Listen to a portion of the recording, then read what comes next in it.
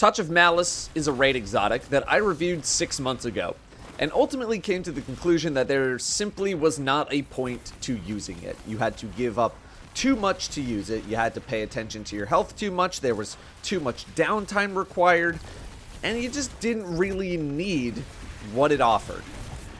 So Bungie said, alright, what about this? And they buffed it. A lot. Final round damage increased by 20% in PvE. Self-damage reduced from 10 to 7%. The final round can no longer kill you, you're just going to stay at 1 HP.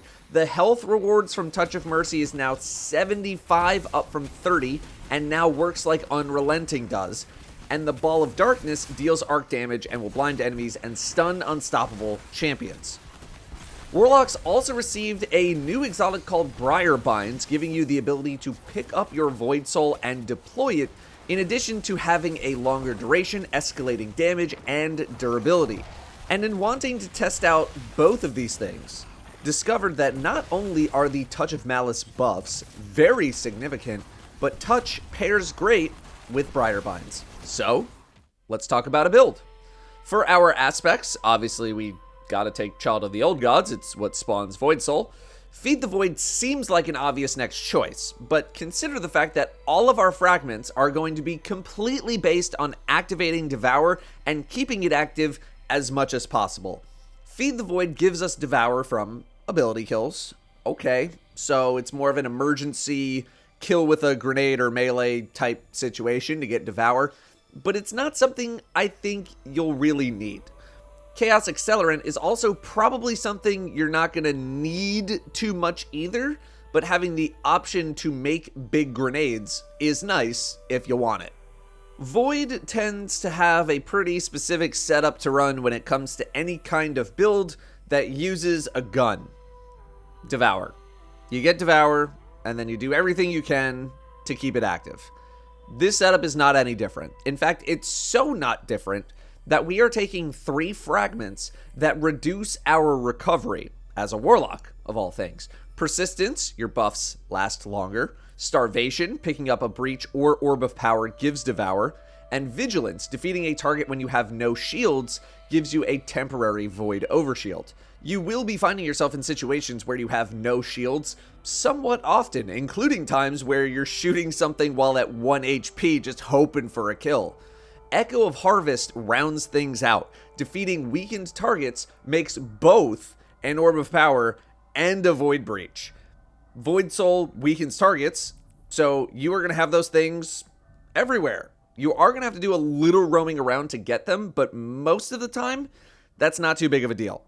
Do I think you could change things up here? Sure. Do I think you really need to? No. You want to go Remnants for Vortex Grenade? Fine. Couple other minor things? Fine. Okay. But the bulk of your power in this build comes from the armor and the weapons that you are wearing.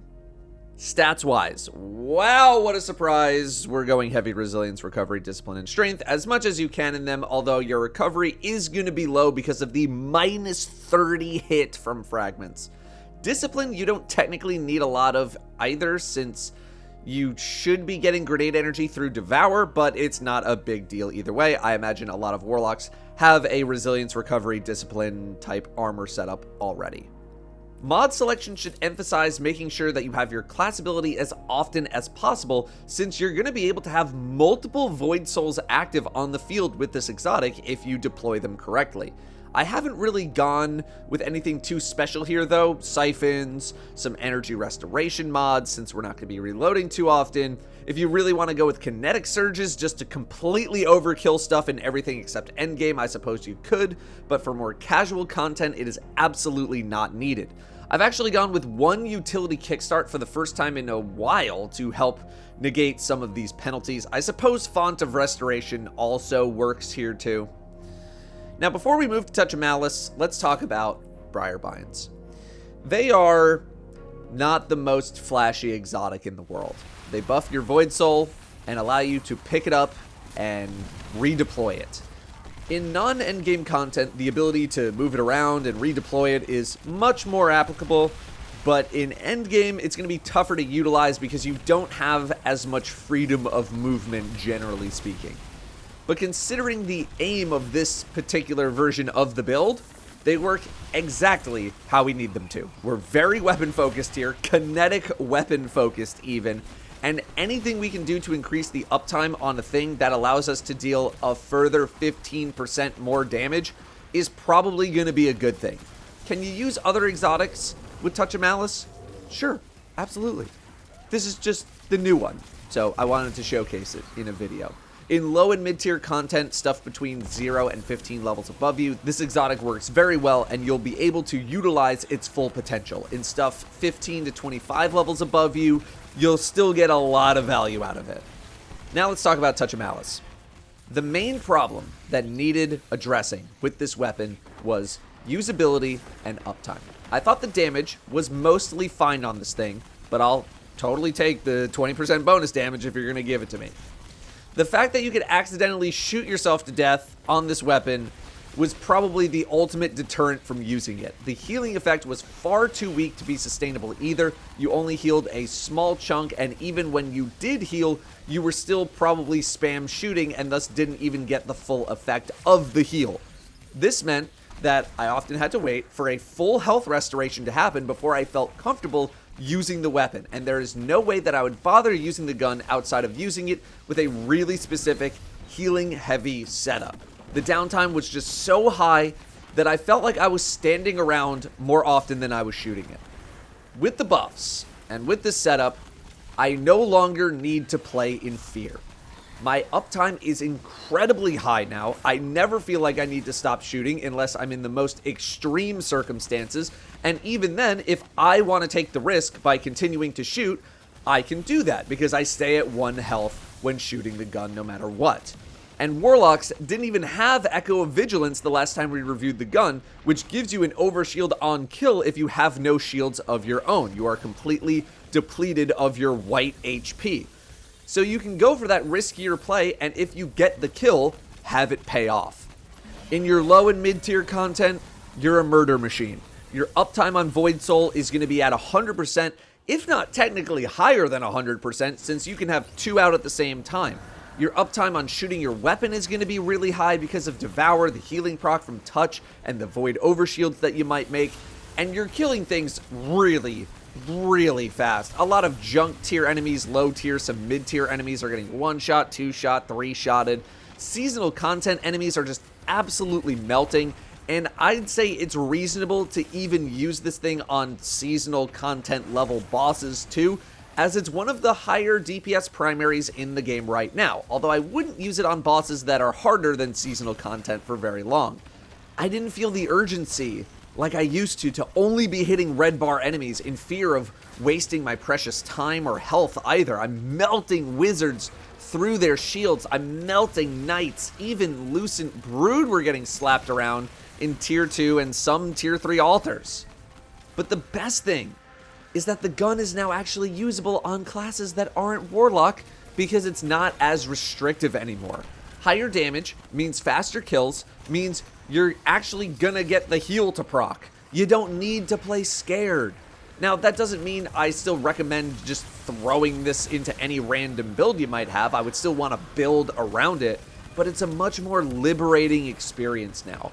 Most importantly, Bungie has made the weapon worth using despite the fact that elemental benefits rule the game. So many things are set up now where you want an elemental primary to take advantage of all these element matching effects. But these buffs were substantial enough that I don't really care that much anymore, at least on Warlock, because I'm just killing stuff through raw weapon damage output now. In endgame content, this being a Master Nightfall where I am 23 levels lower, I felt way more comfortable using the weapon. A big problem I had was the ability to proc the healing effect from getting 3 kills in a row. It is considerably easier to do now with the damage buff, although this is really only relevant to people using this weapon without Devour, which you could do, but I'd still rather have Devour. But it's still going to act like a primary weapon. I know the big damage boost you get from the final bullet makes it seem like it's a solution for every problem that you're going to see in a GM. It's not. You still need to treat it like a typical primary weapon. It is not a master of all trades like Quicksilver Storm is. It's a considerably above average primary weapon, but it's not something I'm using on beefier targets for the same reasons I mentioned the first time I reviewed the weapon. The risk and the potential downtime. Stuff in GMs still hurt, like I said back then, and bringing yourself down to 1 HP against anything in a GM is still a massive risk. It's not as big of one now that you can't spam yourself to death, but it is still not one that your friends are going to be too happy to see you take if you're dying a lot. You should be using this like you would a typical primary weapon, feeling free to swap to your special and power weapons as you think you need them. Do not feel like you need to lock yourself to this weapon because you're on the final infinitely loading shot, because you don't. Also, it's not like you really need to proc any sort of an effect to get to the good part on Touch of Malice. This isn't a weapon like Symmetry that takes a long time to get to the good part. The gun doesn't automatically reload or anything like that when you swap it. It doesn't take any real work to get back to the final round. Just think of this weapon as a really souped up primary weapon, as a reason to bother even using a scout rifle again or a kinetic primary again.